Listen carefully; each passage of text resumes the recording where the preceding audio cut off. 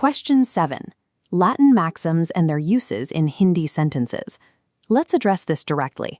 As a law student preparing for your LLB examinations, you cannot treat these maxims as simple vocabulary lists to memorize.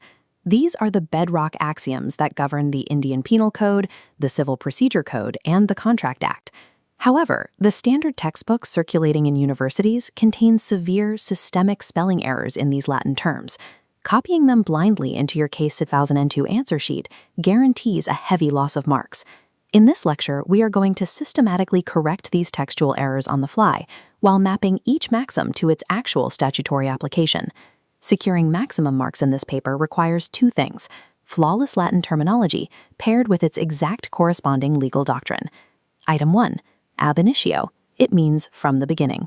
In the context of Section 11 of the Indian Contract Act, the Mohori Bibi case established that an agreement with a minor is void ab initio, meaning it carries zero legal weight from the exact moment it is signed. Item 2 requires an immediate correction. Your text reads meritur. Cross that out. The correct spelling is actio personalis moritur cum persona. A personal right of action dies with the person. If a plaintiff or defendant in a defamation suit dies, the legal proceedings terminate entirely. Item 3 is the absolute baseline of the Indian Penal Code. Actus non facit reum nisi mens sit rea. Correct the spelling from nisi to nisi. As this equation shows, an act does not make a person guilty unless there is a guilty mind. Item 4 isolates the first half. Actus reus, the wrongful act itself. Cross out reaus and write reus. Let's clear items 5 through 9. 5. Ad litem, meaning for the suit, commonly used when appointing a guardian for a minor. 6. Ad valorem, meaning according to value, how custom duties are applied. 7. Alibi, meaning elsewhere, a defense proving absence from a crime scene. 8. Animus, meaning intention. 9. Audi alterum partem, the core principle of natural justice commanding us to hear the other side. Item 10 is caveat emptor, or buyer beware. Under the Sale of Goods Act, if goods are displayed in the open parameters for determining when a person is legally liable for a contract, a purchase, or a crime. Left, damnum sine injuria, harm without a breached legal right, like the Gloucester case where financial ruin created no cause of action. Right, injuria sine damno, legal injury without harm, like Ashby versus White, where preventing a citizen's vote was a legal breach, making it actionable. Item 12 is de minimis non currit lex. The law does not govern trifles. This maps directly to Section 95 of the IPC, which protects individuals from prosecution for extremely minor harms. Now, fix your textbooks for the next sequence. Item 14, delegatus non potus delegare. A delegated power cannot be further delegated. Item 15, scratch out the space. It is doli incapax, denoting a child under 7 is incapable of crime. Item 16, correct the spelling to donatio mortis causa, a valid gift made in contemplation of imminent death. Item 18 defines state authority, eminent domain. Under Article 300A, central government holds supreme power to acquire private property for public projects, provided compensation paid. Item 20 restrains state authority, ex post facto. Article 20, Clause 1 of the Indian Constitution ensures the state cannot punish a citizen by applying a criminal law retroactively. Collectively, these maxims define the scope of legal capacity, determining individual shields, when the state can seize property, and protection from retroactive punishment. Moving to procedure. Contrast Item 23, ignorantia juris non excusat, ignorance of the law is no excuse, with Item 24, ignorantia facti non excusat. Reading Sections 76 and 79 of the IPC clarifies this. A mistake of fact can be a valid legal defense.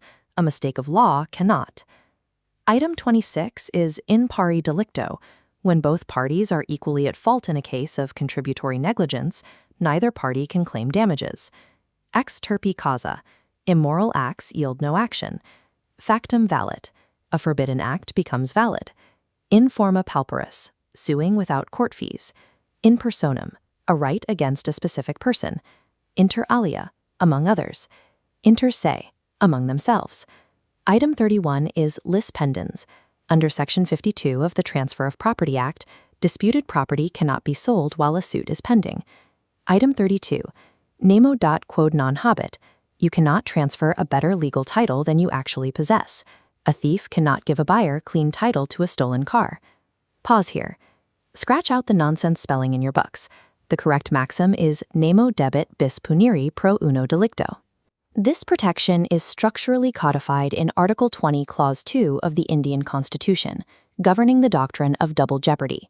No man shall be punished twice for the same offense.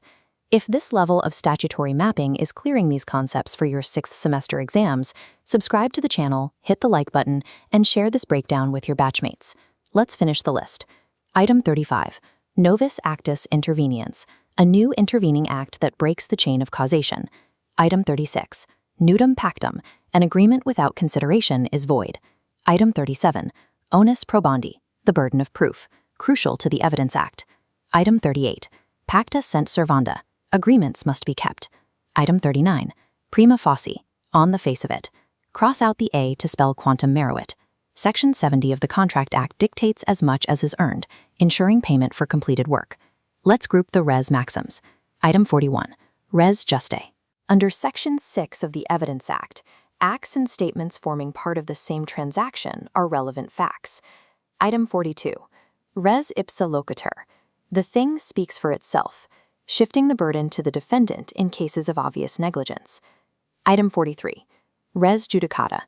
Section 11 of the CPC prevents identical parties from litigating the exact same issue again after a final decision. Clearing the minor items. 44. Res mollius, property belonging to no one. 45. Rule nisi, a conditional order. 46. Sine die, adjourned indefinitely. 47. Correct the Hindi spelling to sine qua non, an absolute prerequisite. 49. Status quo, maintaining the current state of affairs. 50. Sub judice, a matter currently under judicial consideration. Item 48 is stare decisis, the imperative to stand by decided cases. This principle is forcefully applied through Article 141 of the Constitution, mandating that all lower courts are entirely bound by declarations of the Supreme Court. Final sprints. Item 51. Fix the script. It is inter vivos, a transfer between living persons under the Transfer of Property Act. Item 54. Vice versa, the other way around. Item 55. Viva voce, an oral examination. Item 52. Ubi jus ibi remedium. Where there is a right, there is a remedy. A right without enforcement is entirely meaningless. Finally, Item 53. Ultra vires. If the legislature violates constitutional provisions, the Supreme Court declares the law ultra vires and strikes it down. These final maxims maintain the structural hierarchy of the judicial branch, ensuring that precedent is respected and legislative power remains strictly confined by the Constitution. Ye 55 Latin maxims hamade judicial system or legal drafting ga adarhen. When you sit for the K6002 paper, writing out the Hindi translation is the bare minimum. To separate yourself from the average student, you must pair the flawless spelling of the maxim with its precise IPC, CPC, or constitutional citation. I strongly advise you to re-watch the procedural breakdown from items 21 through 40 before walking into the examination hall.